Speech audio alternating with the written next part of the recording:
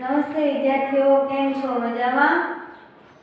આપણે ધોરણ 10 એમાં સંસ્કૃત વિષય છે, તેનો પાઠ આપણો 13 ચાલી રહ્યો છે. તેના આપણે બે ભાગ ભણી ચૂક્યા છીએ, તો તેની તૈયારી તમારે થઈ ગઈ હશે એવી આશા સાથે ત્રીજો ભાગ, જેનો 5મો શ્લોક અને 5, 6 અને 7 શ્લોક છે બાકી. તો એ ત્રીજા ભાગમાં આપણે પાઠ પૂર્ણ થશે. તો આગળનું તમે જેટલું ભણવામાં આવે એટલું સાથે સાથે તૈયાર કરતા રહેજો, જેથી કરીને એક સાથે બધું ભેગું ન થઈ જાય. તો આપણે એનું પુનરાવર્તન અત્યારે નહીં કરીએ, પહેલાં આપણે 3 શ્લોકનો અભ્યાસ કરશું, પછી આગળ ટાઈમ વધશે તો આપણે પુનરાવર્તન કરશું.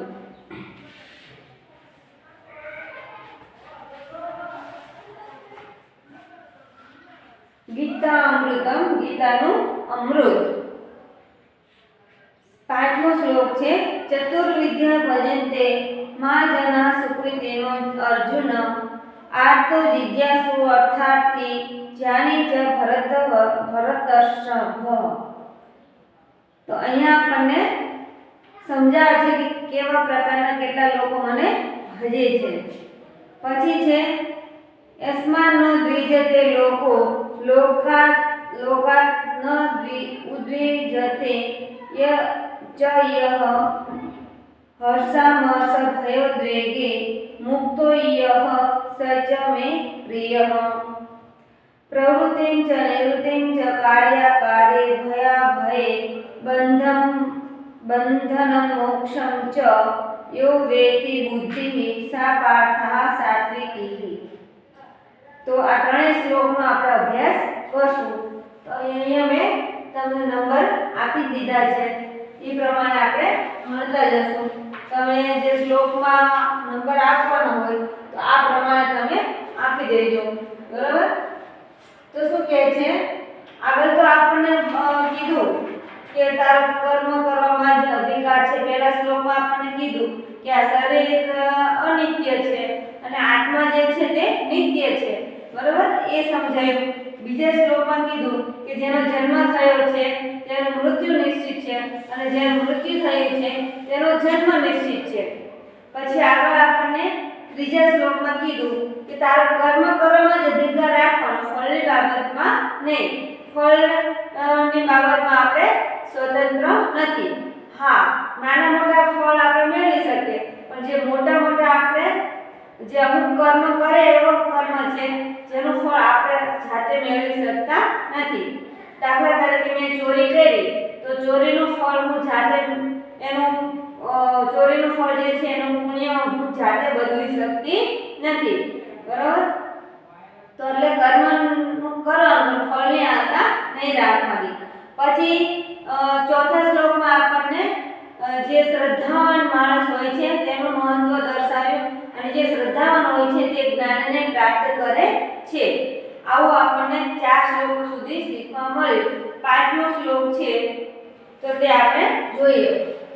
અર્જુન, એટલે હે અર્જુન. આમાં તમને આપી છે પહેલી લીટીમાં છેલ્લે શબ્દ આપ્યો છે સુકૃતિનો અર્જુન, બરાબર? તો અર્જુન ભરતર્ષભ, એ બીજી લીટીમાં છેલ્લો શબ્દ આપેલો છે. તો અહીંયા સંબોધન વિભક્તિ લેવાની છે આપણે. એટલે કીધું હે અર્જુન, હે ભરતવંશી શ્રેષ્ઠ રાજા. આ એના વિશેષણ છે. શું છે? અર્જુનના વિશેષણ છે. રાજા તો હતો, પણ કેવો હતો? ભારતનો રહેવાવાળો રાજા હતો, બરોબર? અને શ્રેષ્ઠ રાજા હતો. ચતુર્વિધાઃ, એટલે કે 4 પ્રકારના. સુકૃતિનઃ, એટલે કે સદાચારી, 4 પ્રકારના સદાચારી. જનઃ, એટલે લોકો, મનુષ્ય, માણસો, બરાબર? મામ, એટલે મને. ભજન્તે, એટલે કે ભજે છે. હે અર્જુન, હે ભારતવંશી શ્રેષ્ઠ રાજા, 4 પ્રકારના સદાચારી લોકો મને ભજે છે. અહીંયા એક વાક્ય આપણું પૂરું થાય છે. બીજું વાક્ય છે અર્થ. તો કયા 4 પ્રકારના વ્યક્તિ મને ભજે છે એવું કોણ કહે છે? કૃષ્ણ ભગવાન કહી રહ્યા છે, બરાબર? કે આ 4 પ્રકારના લોકો મને ભજે છે. તો એ 4 પ્રકારના લોકો કયા કયા છે? તો અર્થ, આર્ત છે બરાબર આર્તઃ એટલે દુખી જિજ્ઞાસુ એટલે કે જે જિજ્ઞાસુ છે અર્થાર્થી એટલે કે જે ધનની આશા વાળો છે અથવા તો અર્થાર્થી એ પણ લખી શકો ચ એટલે અને જ્ઞાની જે જ્ઞાન સંપન્ન વિદ્વાન છે તે બરાબર આવા ચાર પ્રકારના મનુષ્ય જે છે તે કોને ભજે છે ભગવાનને ભજે છે તો તમે અહીંયા શબ્દાર્થ પ્રમાણે નંબર આપી દેજો હજી એકવાર આપણે ભાષાંતર જોઈ લઈએ હે અર્જુન હે ભરતવંશી શ્રેષ્ઠ રાજા ચાર પ્રકારના સદાચારી લોકો મને ભજે છે દુખી જિજ્ઞાસુ ધનની આશાવાળો અને જ્ઞાન સંપન્ન વિદ્વાન આ ચાર વ્યક્તિ ભગવાનની ભક્તિ કરે છે ભગવાનમાં મગ્ન રહે છે તો આપણે સમજશું કે ચાર પ્રકાર આર્ત એટલે દુખી તો દુખી કઈ રીતે દુખી હોય માણસ તો એનું આપણે જોઈએ બરાબર કોઈ પણ કારણથી દુઃખમાં આવી પડે અચાનક એવી પરિસ્થિતિમાં આવી પડે કે હવે આમાંથી કોઈ બચવાનો ઉપાય નથી તો ભગવાન છે મને કોઈ બચાવી શકે એવું નથી તમારે ભગવાનના શરણે જવું પડે તો આને આર્ત કહેવાય બરાબર આ શું કરે એમ કે હે ભગવાન તમે જ મારા રક્ષક છો આપણે પેલા 10મા પાઠમાં ભણ્યા ને કાવ્ય જે શ્લોક હતો હે ભગવાન તું જ મારું શરણું છે તું જ મારું રક્ષણ કરનારી છે એવી રીતે જે એકદમ ભાવ વિભોર થાય કે હવે આ દુઃખમાંથી મને કોઈ જ બહાર કાઢી શકે એવું નથી તો આપણે ભગવાનના શરણે જઈએ અને એની પાસે આપણે દુઃખ દૂર થાય એની માંગણી કરીએ તો એવા માણસને આર્ત કહેવાય બરાબર દુઃખી માણસ કહેવાય અચાનક પરિસ્થિતિ આવી પડે આ કોરોના છે આપણે એમ કહીએ તો કે મને કોરોના નહીં થાય અને ક્યારે આવી જાય તો આપણને ખબર રહેતી નથી તો આને પછી આપણને આવી ગયા પછી શું કરવું હવે તો આપણે દવા કે એના સિવાય કોઈ ઉપાય નથી તો આપણે શું કરવું જોઈએ તો ભગવાનને પ્રાર્થના કરવી જોઈએ કે હે ભગવાન જે પરિસ્થિતિ મારી પર આવી છે તેને મને સહન કરવાની શક્તિ આપ તો આવા માણસ દુઃખી માણસ જે છે તે ભગવાનને ભજે છે દુઃખ વગર ભગવાન આપણને યાદ આવે નહીં આપણે ભગવાન ક્યાં પડ્યો હોય અને આપણે ક્યાંય હોય એવા માણસો અત્યારે સ્વાર્થી છે ભગવાનને પણ ભૂલી જાય કેમ કે જેને તેજ બનાવ્યા છે જેને તેજ આજ તને બનાવી રહ્યો છે અરે ભગવાન શું કરો છો કામ કરો ને રૂપિયા કમાવો ને પૈસા કમાવો ને આવી જ માણસની વૃત્તિ હોય છે પણ ખરેખર મેં તમને પહેલા સમજાવેલું કે ભગવાનને ભજવા હોય તો આપણે નાનપણથી જ આપણે ભગવાનને ભજવા જોઈએ કર્માયેલું ફૂલ કોઈ દિવસ આપણે ભગવાનને ચડાવતા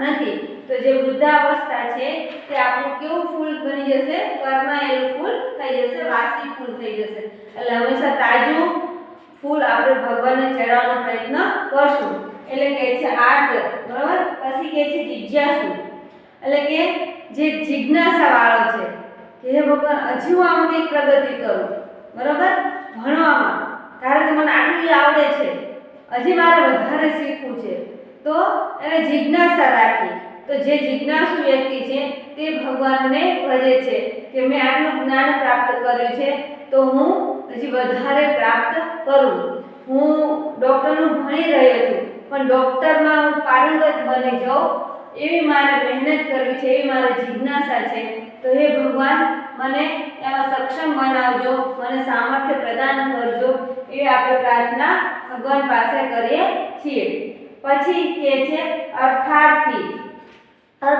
એટલે જે ધનની આશા રાખે છે બરાબર સંસારમાં પદાર્થોની કામના ધરાવતો જે વ્યક્તિ છે હજી એને જરૂર છે તો ભાઈ મારા આટલા રૂપિયા કે આટલું ધન કે આટલા ખજાનો કાતે મારી પાસે હોય તો હું લોકોની વધારે સારી સેવા કરી શકું એવો અર્થાર્થી હોય તે ભગવાનને ભજે બાકી સ્વાર્થી જે અર્થાર્થી હોય તે ભગવાનને ભજે નહીં મારો રૂપિયો મારા પરમેશ્વર બરાબર હવે ને પૈસો મારો પરમેશ્વર હું પૈસાનો દાસ એના જેવો વ્યક્તિ હોય તે ભગવાનને ભજે નહીં એ તો માત્ર રૂપિયા પૈસા ધન સંપત્તિને જ ભજે એને જ ભગવાન માની બેસે ખરેખર જે ધનની સદુપયોગ જાણે છે, ધન કમાયા પછી એનો ક્યાં ઉપયોગ કરવો, કોને કેટલું આપવું, ક્યાં દાનમાં આપવું, તો આવી વસ્તુ જે જાણે છે તેને એ અર્થાર્થી કહેવાય, બરોબર, જેને અર્થની જરૂર છે। બે પ્રકારના અર્થ આવે, એક તો સારા કર્મ કરવાનો અર્થ હોય અને એક ધન રૂપિયા સંપત્તિ ભેગી કરવાનો અર્થ હોય। તો આપણે હંમેશા ધન સંપત્તિ રૂપિયા આપણી સાથે આવવાના નથી, આપણી સાથે તો આપણા સારા કર્મ આવશે, બરોબર, સારા કર્મ જે કર્યા હશે એનું ફળ આપણી સાથે આવશે।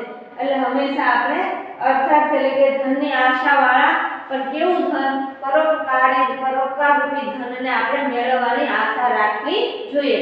પછી કહે છે જ્ઞાની, તો જ્ઞાની માણસ જે સંસારની અનિત્યતા અને આત્માની અમરતાનું તથા ઈશ્વરના સ્વરૂપનું જ્ઞાન થઈ ગયું છે તે ભક્ત મને ભજે છે। બધા જ પ્રકારનું જ્ઞાન જેને થઈ ગયું હોય તે જ ભક્ત ઈશ્વરને ભજે છે। એને સમજાય છે કે મારી પાસે જ્ઞાન છે, કે સાચો ઈશ્વર ક્યાં રહે છે, સાચા ઈશ્વરને હું કઈ રીતના મેળવી શકું, આવું જ્ઞાન એને મળ્યું હોય તો એ વધારે જ્ઞાન એમાં મેળવવા માટે ભગવાનને ભજે છે કે હે ભગવાન, હું ઝડપથી તમારા શરણમાં આવી જાઉં અને તમારા જે મોક્ષ આનંદ છે તેને હું પ્રાપ્ત કરું। તો આવો જે જ્ઞાની માણસ છે, વિદ્વાન માણસ છે તે ભગવાનને ભજે છે। જ્ઞાન ઘણી રીતે આપણને મળતું હોય છે, માતા પિતા પાસેથી, ગુરુ પાસેથી, સમાજ પાસેથી, પુસ્તકોમાંથી, બધા પાસેથી આપણને જ્ઞાન મળે, પણ એને કહેવાય ને કે જ્ઞાનની કસોટી ઉપર એને તપવું જોઈએ કે સાચા અર્થમાં કયું જ્ઞાન સાચું છે, કયું જ્ઞાન મને સીધું જ પહોંચાડશે હાઈવે ટુ હાઈવે। નહીતર અમદાવાદ જવાના તો આપણને ઘણા રસ્તા હોય, બરાબર, આમ વિરમગામ ઉપરથી જવાય, લીંબડી ઉપરથી જવાય, પછી આમ ધાંગધ્રા ઉપરથી જવાય, ઘણી બધી જગ્યાએથી જવાય, પરંતુ આપણને રસ્તો કયો સાચો પડે, તો એક તો આપણને વિરમગામથી ડાયરેક્ટ રસ્તો નજીક પડે અને એક લીંબડી ઉપરથી નજીક પડે, બાકી આમ ધંધુકા ઉપરથી જાઓ, બોટાદ ઉપરથી જાઓ, ધાંગધ્રા ઉપરથી જાઓ, એ બધા જ રસ્તા આપણા માટે કેવા છે, આડા અવળા છે। એટલે આપણને જ્ઞાન તો છે ત્યાંથી જવાય, પણ સીધો અને સારો રસ્તો ક્યાંથી છે, તો આ જગ્યાએથી આપણે સીધા અમદાવાદ જઈ શકીએ। તો એવું જ્ઞાન આપણે મેળવીએ કે આપણે સીધા જ આપણે ઈશ્વર સાથે સંબંધ જોડી શકીએ, એવું જ્ઞાન હોય તે ભગવાનને ભજે છે। તો અહીંયા આપણને આ ચાર પ્રકારની જે વસ્તુ છે એને આપણને સમજાવ્યું છે કે ચાર પ્રકારના લોકો મને ભજે છે। તમને સમજાઈ ગયો હશે, એકવાર બોલી દેજો, હે અર્જુન, હે ભરતવંશી શ્રેષ્ઠ રાજા, ચાર પ્રકારના સદાચારી લોકો મને ભજે છે, દુઃખી, જિજ્ઞાસુ, ધનની આશાવાળો અને જ્ઞાન સંપન્ન વિદ્વાન જે છે તે મને ભજે છે। તમારે અર્થ વિસ્તાર લખવો હોય તો તમે આવી રીતે એનું વધારે ઉદાહરણ આપીને લખી શકો છો। પછી કહે છે એની સંધિ છે અહીં આપેલી છે, ચતુઃ વત્તા વિદ્યા, તો ચાર પ્રકારની વિદ્યા છે, બરાબર, સુકૃતિનઃ એટલે અને અહીંયા વિસર્ગ છે, સુકૃતિનો શબ્દ છે, અહીંયા નહ થઈ જાય છે, અને અર્જુન, તો અનો જે અવગ્રહ ચિહ્ન થઈ ગયો હોય છે તેનો અ થઈ જાય છે।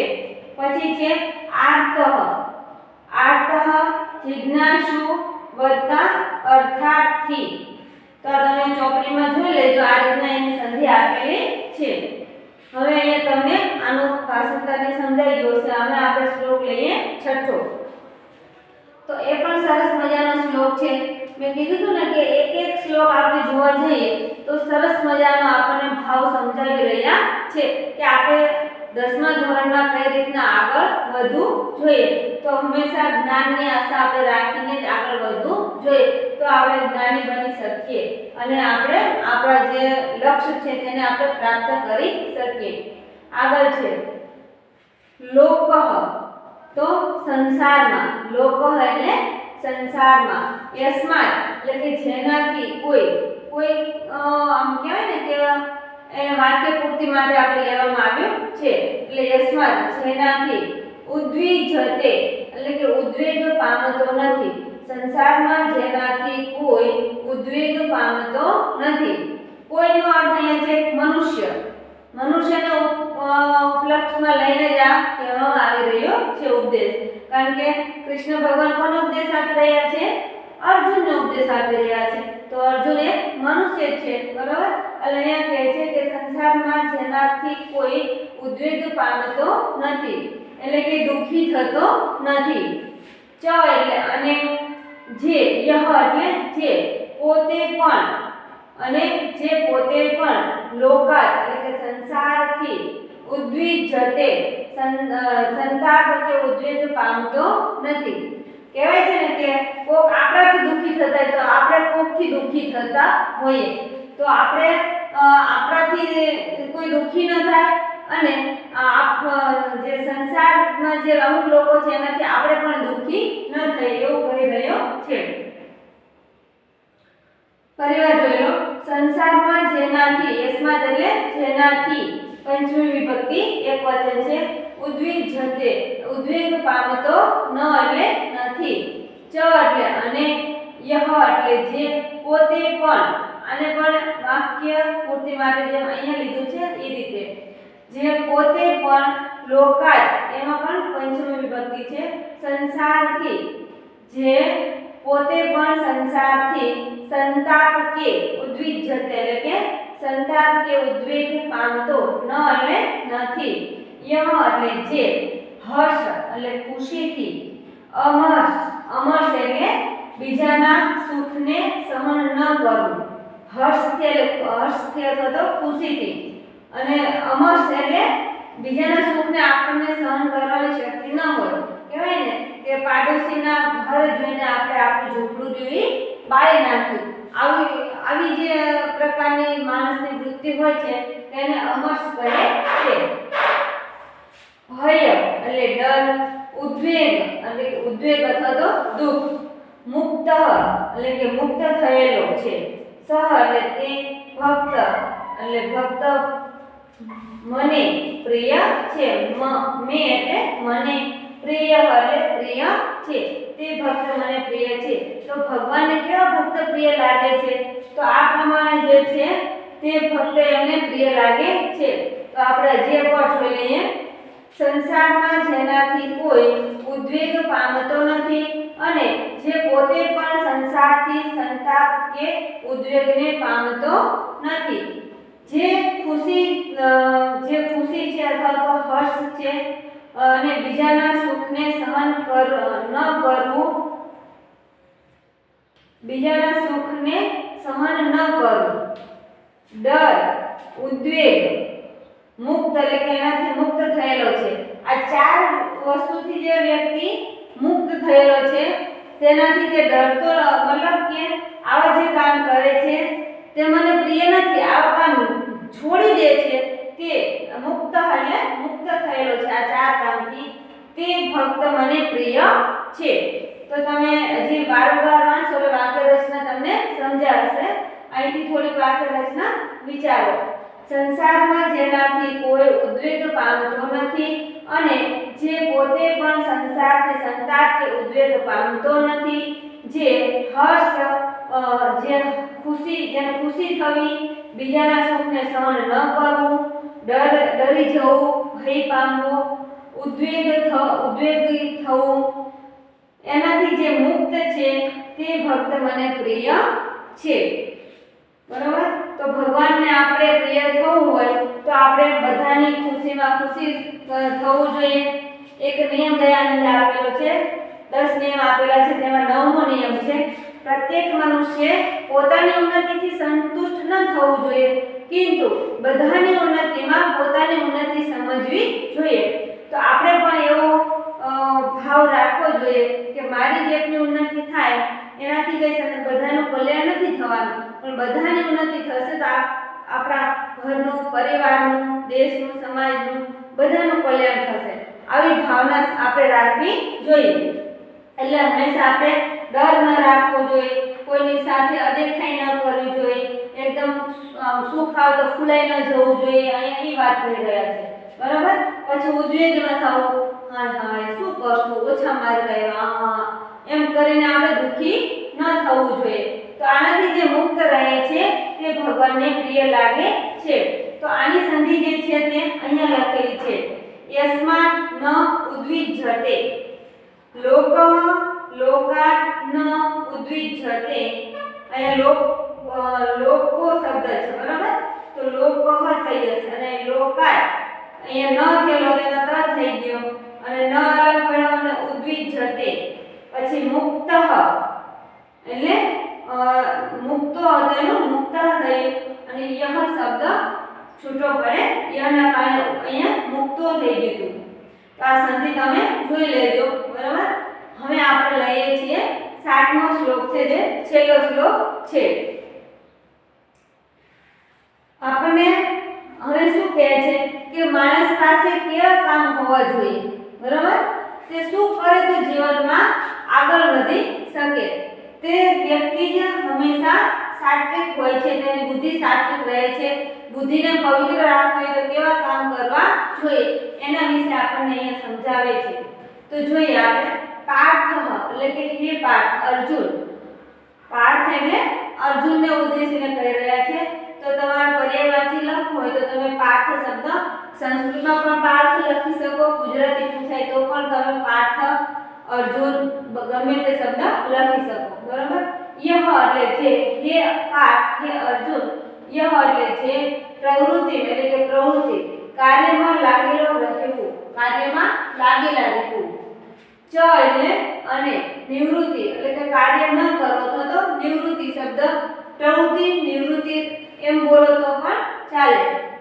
હે પાર્થ, જે પ્રવૃત્તિ અને નિવૃત્તિ, કાર્ય એટલે કે કર્તવ્ય અને અકાર્ય એટલે કે અકર્તવ્ય, ભયમ એટલે કે ભય અથવા તો ડર અને અભયમ એટલે કે અભય, નિર્ભય, જે ડર વગરનો છે તે.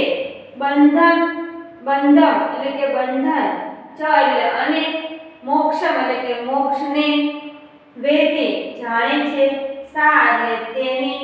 બુદ્ધિ એટલે બુદ્ધિ. સાત્વિકી એટલે કે સાત્વિક હોય છે. જે આટલી વસ્તુને જાણે છે તેની બુદ્ધિ કેવી હોય છે? સાત્વિક હોય છે. એ માત્ર શબ્દાર્થને ખબર પડી ગઈ હશે. આ બધામાં સમાસ રહેલો છે. કાર્યમાં કાર્ય, ભયમાં ભય, બંધનમ મોક્ષમ, બરાબર? આ ત્રણેયમાં સમાસ રહેલો છે, તમે જોઈ લેજો. પછી એક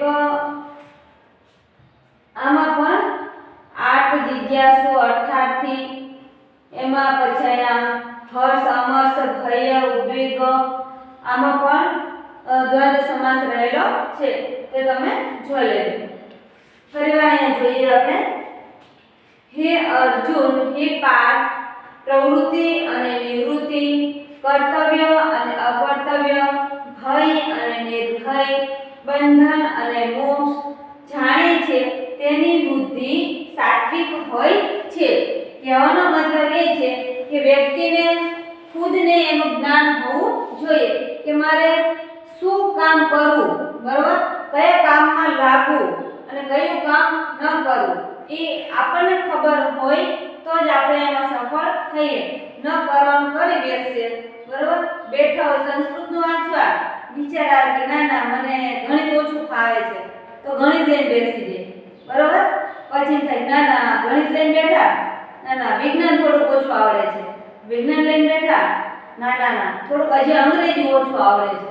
આમ વિચાર ફેરવતા રહીએ તો આપણને શું કરવું અને શું કાર્ય ન કરવું એને આપણને ભાન રહેતી નથી. પણ એક પાકા નિશ્ચયથી કે મારે કયા કાર્યમાં લાગવું અને કયા કાર્યમાં ન લાગવું. આપણી કેપેસિટી હોય, આપણે સામાન્ય કહેવાય ને કે શિક્ષક થવું અથવા તો કોઈ એવો નોકરી કરવી, બરાબર? તો અને આપણે આશા રાખી કે હું મોટો પીએસઆઈ બનું, આ બનું, તો આપણે એમાં આપણને ધારી સફળતા મળતી નથી. કારણ કે આપણી જે કેપેસિટી હોય એટલું જ આપણે કામ કરવું જોઈએ. પછી કહે છે કાર્ય અકાર્ય એટલે કે કર્તવ્ય અને અકર્તવ્ય. આપણે કર્તવ્ય ભૂલી જઈએ છીએ કે ભાઈ આપણા માતા પિતા પાસે, ગુરુજનો પાસે, બરાબર, આપણું શું કર્તવ્ય છે? માતા પિતાને રાખવા જોઈએ. જ્યારે આપણે રાખવાના હોય ત્યારે રાખીએ નહીં, અને ન રાખવાના હોય ત્યારે આપણે એની આંગળી પણ છોડવા તૈયાર થતા નથી. તો વિદ્યાર્થીઓ, આપણે માતા પિતાને રાખવા જોઈએ એવું આપણને કર્તવ્યનું ભાન કરાવે છે આ શ્લોક. બરોબર?